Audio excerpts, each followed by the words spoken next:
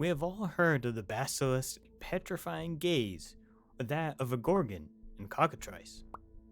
But have you ever heard of the life-ending gaze of a buffalo?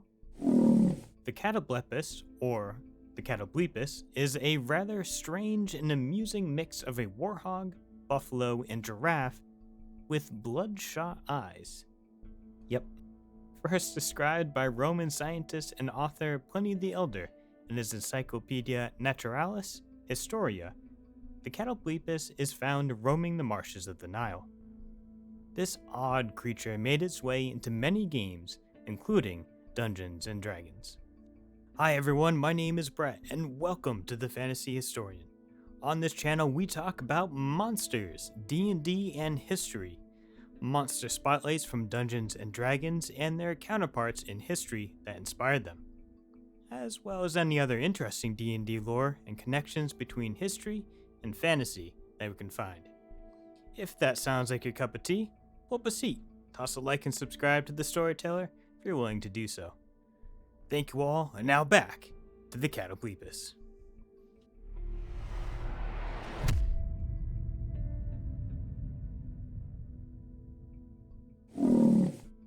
Since the 2014 5e Monster Manual and other supplements are the most well-known, I like to use them as a starting point, but I will be pulling lots of missing information from the other manuals, sourcebooks, magazines, etc. The 5e version of the Catoblepas is found in Volo's Guide to Monsters, and Mordenkainen presents Monsters of the Multiverse, which is what we're going to be taking a look at. Diving into its lore. The Catoblepas is as loathsome as the vile swamplands in which it lives, a conglomeration of bloated buffalo, dinosaur, warthog, and hippopotamus parts. Despite its ungainly physiology, a Catoblepas resembles a natural animal in its behavior, ambling through its marshy home, munching choice vegetation, eating the occasional bit of carrion, and wallowing in mire. A Catoblepas might be found with the one mate it chooses for life, and, on occasion, with a calf.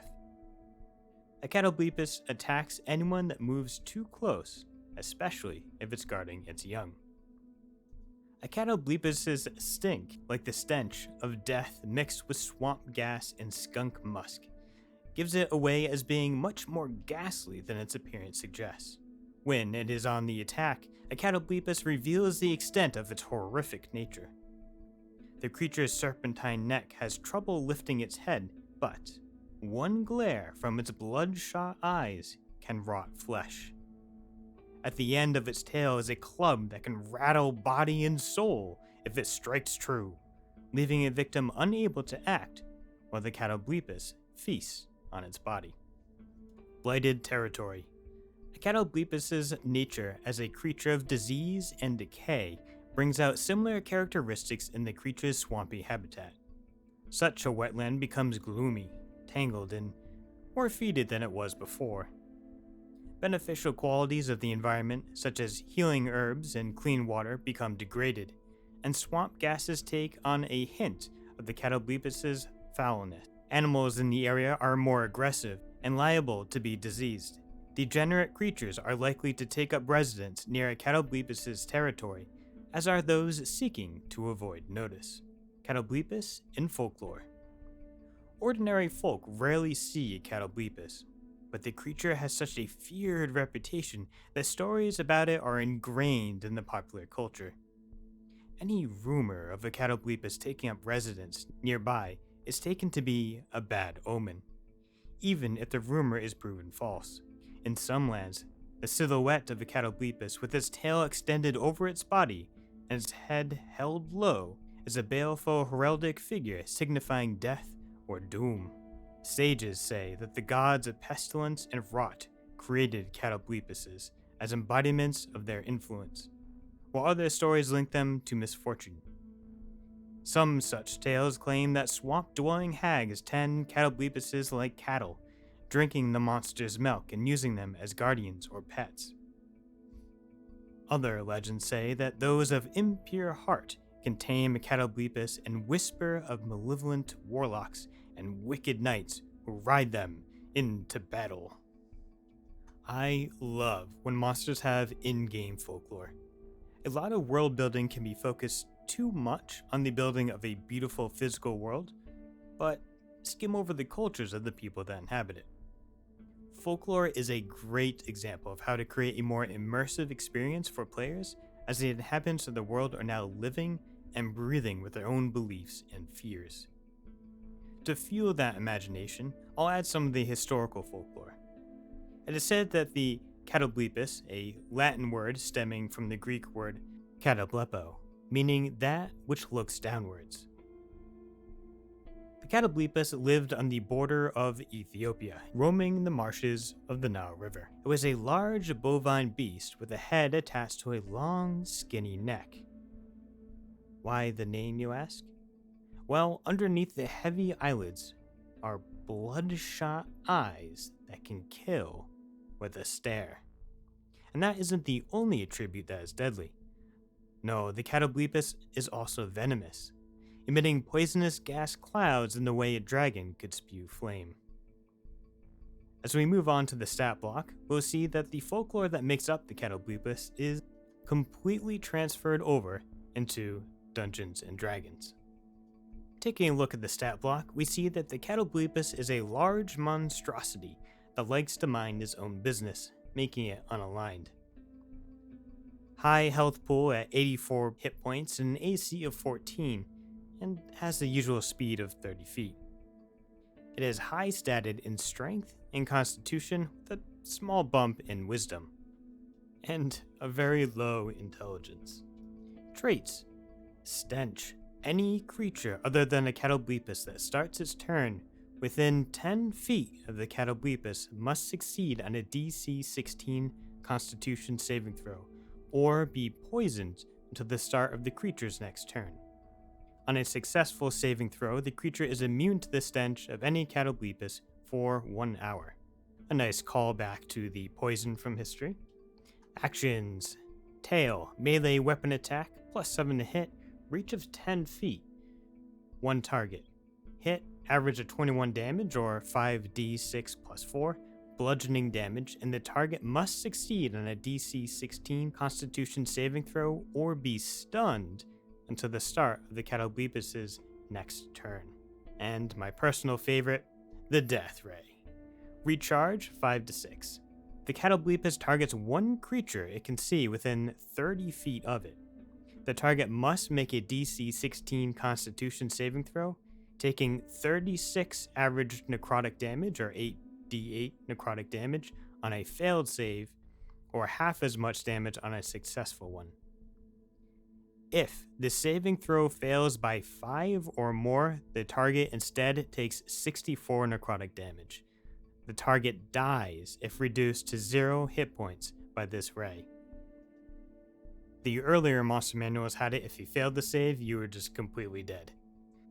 If the risk seems a little too high, you can always just knock that back to making the player unconscious or having some death saving throws instead of just completely killing off the player without any throws.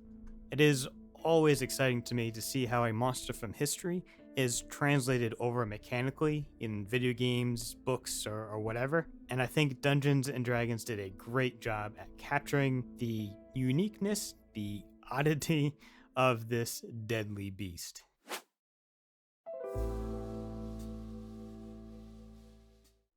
Legends say that the Catoblepas is more than just a beast. One legend suggests that the Catoblepas were creations of a certain Nadir Archmage. On a full moon, the true nature of the Catoblepas shows through, and it prefers to hunt for meat rather than roaming the swamps. Other legends tell of a darker origin, one that involved the gods of rot, pestilence, and death. It is said that the Catoblepas is able to traverse the boundary between the Shadowfell and the prime material plane, and it cannot truly die, as upon its death it revives in the Shadowfell to roam once more. The Catoblepas is a herald of the Raven Queen, goddess of death in the 4th edition. Ritualistically hunting the beast brings blessings from the queen upon the one who can defeat it. Even knights who don't follow the Raven Queen are received in honor and glory if they manage to bring the head of one back to their order. Those that do proudly wear an emblem in the shape of a Catoblepas' head on their chest plates and shields, receiving signs of respect from those who pass by. Even the Fae recognize the power of the Catoblepas and search for them during the wild hunt, which when seen by mortals is a sign of ill omen. Even though the Raven Queen got demoted from godhood, she is still a powerful being in 5e and can be used. If so, I recommend taking a look at the third monster manual from 4e, as it has two variants of the Catoblepas that are different from the other editions. The real question though is, can I ride it? And yes, you absolutely can. There are differing lore on the domestication of the Catoblepas. The first version is that anybody can domesticate a Catoblepas provided that they keep it happy. Feeding Catoblepas lightly toasted Adela ferns neutralizes the effect of the death ray for a 24-hour period. However, I could not find where these ferns were located even in the sources given. Dungeon masters can just add them in or replace them with another equivalent.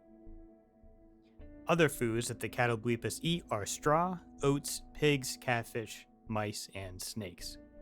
Just keep in mind that it's going to be close to a wagon full of food per setting. The other version that is mentioned in the lore we read leans more into the dark side, allowing only those of impure heart to tame them.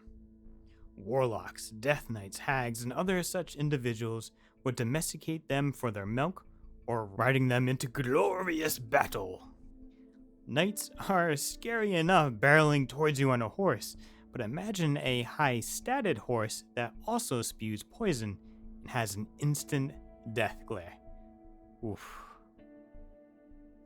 Having a herd of domesticated Catoblepas will greatly improve the defense of any village, town, or city, but this power comes at a cost. Catoblepas are not particularly loyal. Keep them happy, healthy, and they will fight for you. Neglect or overwork them, and they will leave, or just straight up eat you. Of course, there's always the option of picking a druid class and using the animal friendship spell. That works too. The largest herd of domesticated Catoblepas was found in the Far Sea marshes, just west of the kingdom of Cormyr. The Cormyrian marsh drovers bred them for generations until their natural independent instincts were bred out of them, and humans were part of the herd.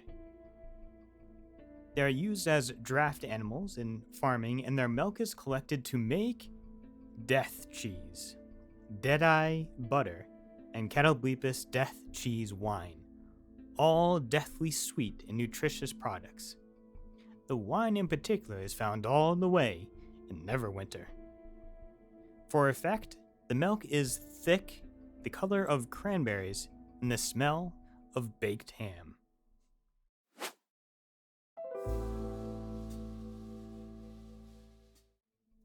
Speaking of breeding, Catoblepas have a very dangerous and odd mating behavior.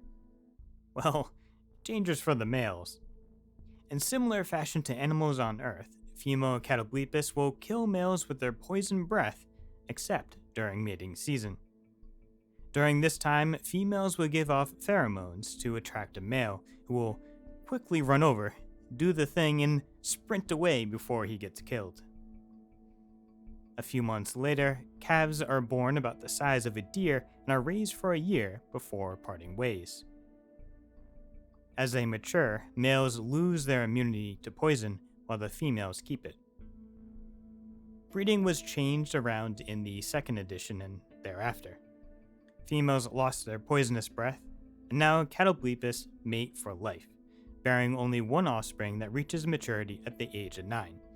Catoblepas have a lifespan of 175 years, a height of 6 feet or 1.8 meters, and weigh up to 2,000 pounds, 907 kilograms. The death ray stare and poisonous stench make the Catoblepas one of the apex predators in the marsh, well left alone by other creatures in the ecosystem. Catoblepas are omnivores that prefer vegetation over meat if given the choice, but they have no qualms about eating anything in their way, especially on a full moon.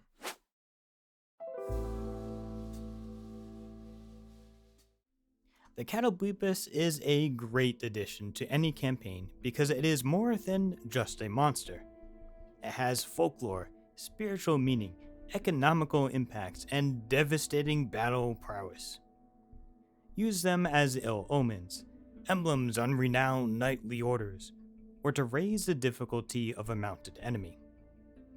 Catoblepas will be found in any swamp/marsh habitat, marsh of Schellenberg, bogs of Highmoor in the western heartlands, and the Rat Hills by Waterdeep.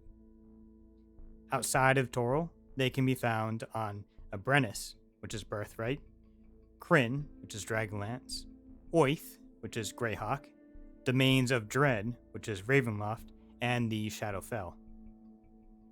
For the most part, a Catoblepas will ignore adventurers unless it feels threatened, is protecting its herd, or is in the light of a full moon. When engaged in combat, the Death Ray is a last resort, as Catoblepas prefers to whack adventurers with his blindingly fast tail, trying to stun them. Keep in mind the stench that accompanies them, which can be masked by the general smell of a swamp or bog. Any player who ventures within 10 feet will have to roll a save throw or be poisoned. Poison, slow terrain, an opportunity to be stunned, and a very lethal death ray make the Catoblepas a force to be reckoned with, even though it has a CR of 5. And now you know everything you need to know about the Catoblepas and where it came from in history. That's it from me. Thank you all for watching, and I'll see you all in the next one. I'm going on an adventure!